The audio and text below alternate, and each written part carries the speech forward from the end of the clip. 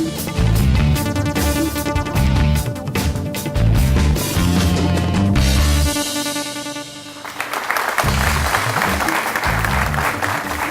and welcome to The Big Fight. You're already hearing a lot about slowing growth rates in India. As we go forward, as we head towards the budget, you'll hear a lot more about that. But you're going to have a large number of people who are saying it doesn't really matter. Is GDP growth rate what you should be looking at anyway?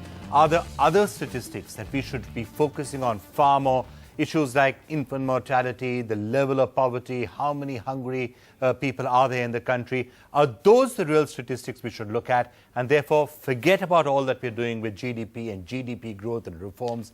Don't worry about all of that. Just worry about some of the other statistics. This is one of the basic debates that have been at the core and at the heart of all discussions and debate around growth in a long, long time, and around the direction in which a country should go. So let's just try and get some of the real experts in to see if we can or cannot settle this entire issue once and for all.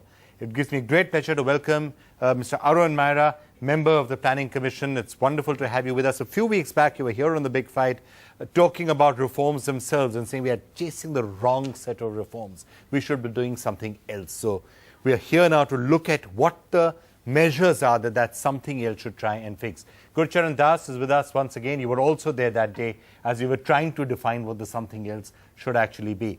Prasenjit Bose, it's great to have you with us, an economist with a slightly different viewpoint, I suspect, to Gurcharan's viewpoint. Avinash Kumar, Policy Director, Oxfam. What are the real issues that some of the poorest of the poor in the country are facing? We're going to be asking you about that. Dr. Subhashish Gangopadhyay, it's great to have you joining us via satellite. Thanks for joining us. And finally, Sajid Chanoy, Economist Asia at JP Morgan. Thank you so much for joining us. Can I just start with you, Arun? This is an issue that many people think was settled nearly 30 years ago, that, of course, you have to grow. Growth is important. GDP is what counts. Socialism, communism, it's all behind us. Let's just grow the economy and everything will be fine.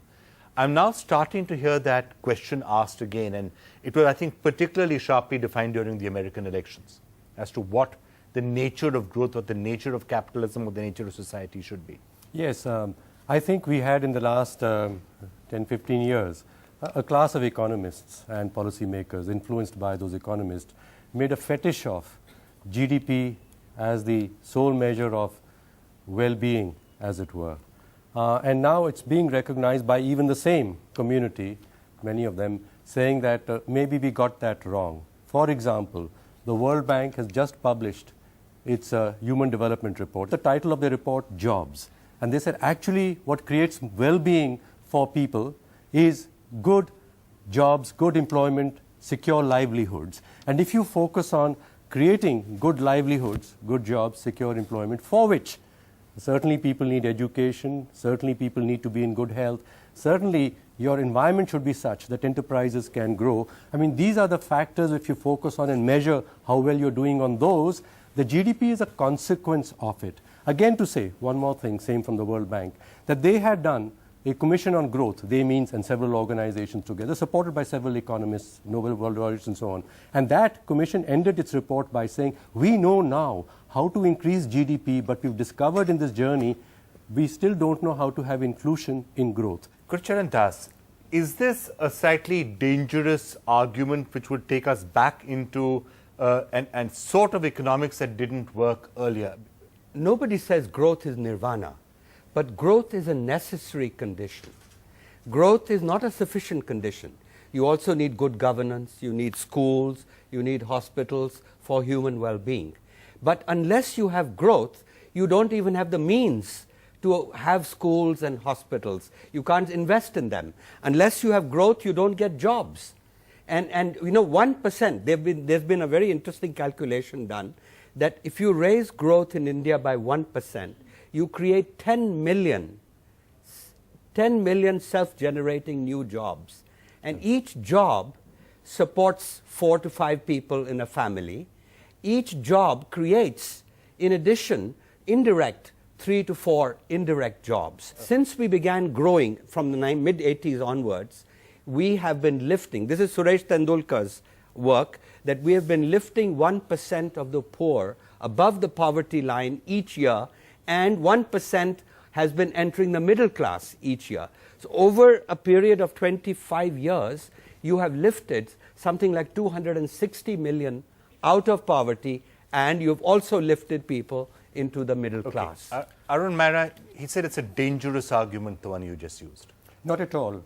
He said so himself, that growth is a necessary but not sufficient. Question is, should we worry about growth rate almost above everything else? Make sure that growth happens. That's right. Get but the economy moving. We came into a fetish of just looking at the GDP growth number. We worry about, is it 8.2, 8.3? And to Gurcharan's point, there are patterns and patterns of growth.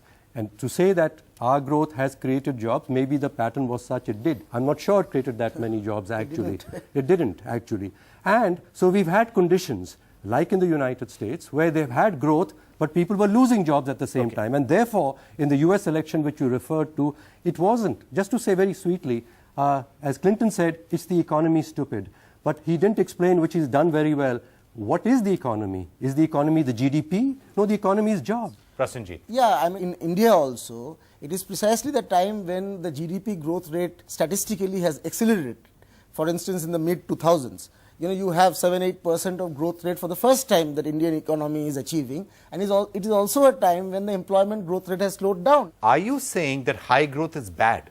No, what I am saying is... That's what he's suggesting. No. Is that what you're saying? That is you should not not what have I'm an saying at all. acceleration of growth of the people. Please, you allowed the others to have their say, so don't pounce on me. That GDP growth is a statistical artifact. You are only looking at a number. There are huge debates upon how you estimate GDP growth. There's a huge debate about the services sector GDP growth, etc. So my point is that GDP growth is one indicator of economic activity, the estimate of which is hugely problematic. Therefore, when GDP grows, it shows statistically that GDP is growing. Well, the economy is having positive rate of economic activity. But its societal impact, and that is precisely why exclusive focus on one number of GDP growth is foolhardy.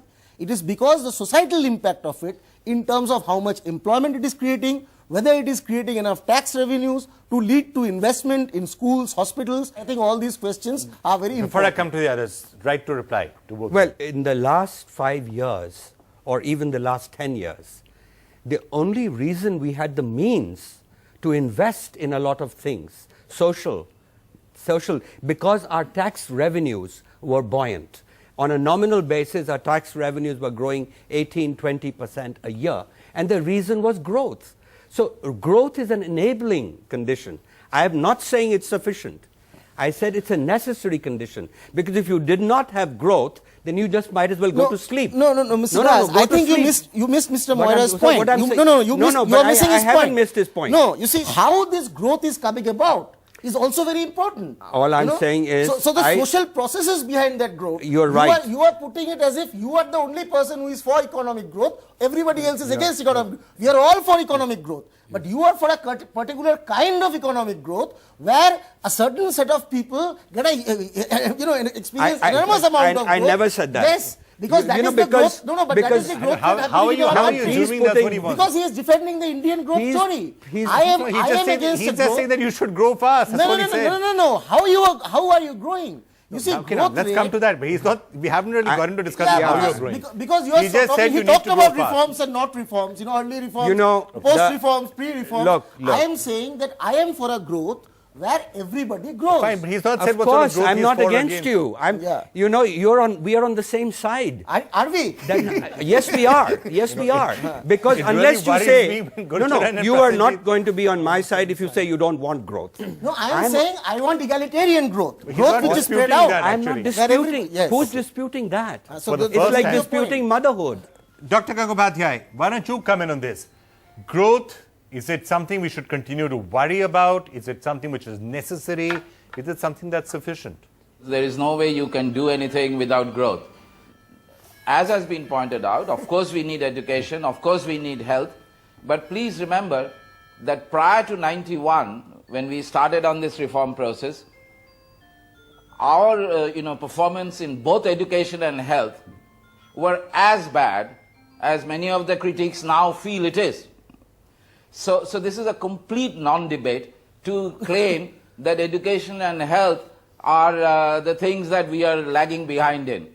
I think what I take home and what we should focus on is that whereas we have done enough, or not enough as yet, but we are doing some things to enable growth, we have to do similar sorts of things to enable education, to enable health, and to get better inclusion. I don't think these are either this or that sort of issues. As Arun said, it is important that we have growth, it is important that we have health, it is important that we have education. My point is that I am stating certain facts. You please listen to them carefully.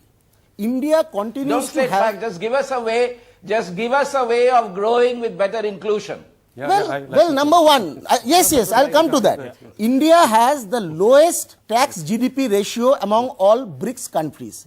You can raise the tax GDP ratio, which will give you more resources to invest. You don't do that.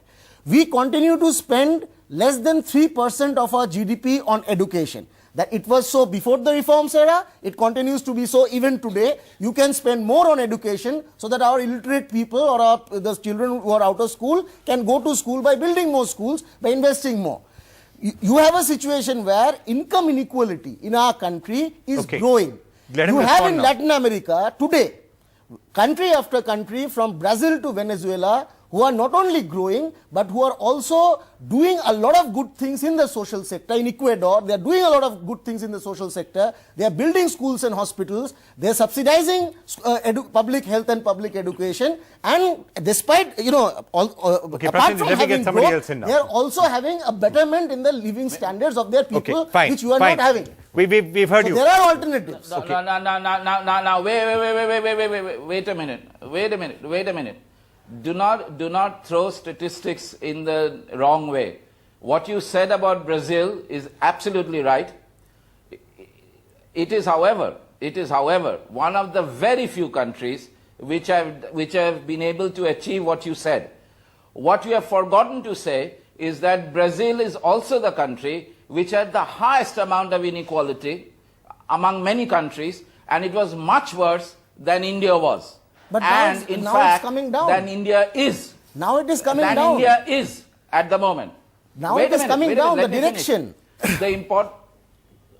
Wait a minute. The important thing to remember is that when we are trying to grow, we grow not by having more of the same thing. Since you talk about statistics, please remember, and this you can check with any data, even among developed countries, that whenever growth has a kickstart, inequality increases. So what you are saying is just definitionally true. Okay. Don't make a big deal about it. No, President, let me get others in. Instead, try and figure out how to rehabilitate the people. Okay. India's #1 news app just got even better. Download NDTV's new app. Fully optimized for retina display. Full screen view. Faster response time. And Sudoku. NDTV's new iPad app. Download now.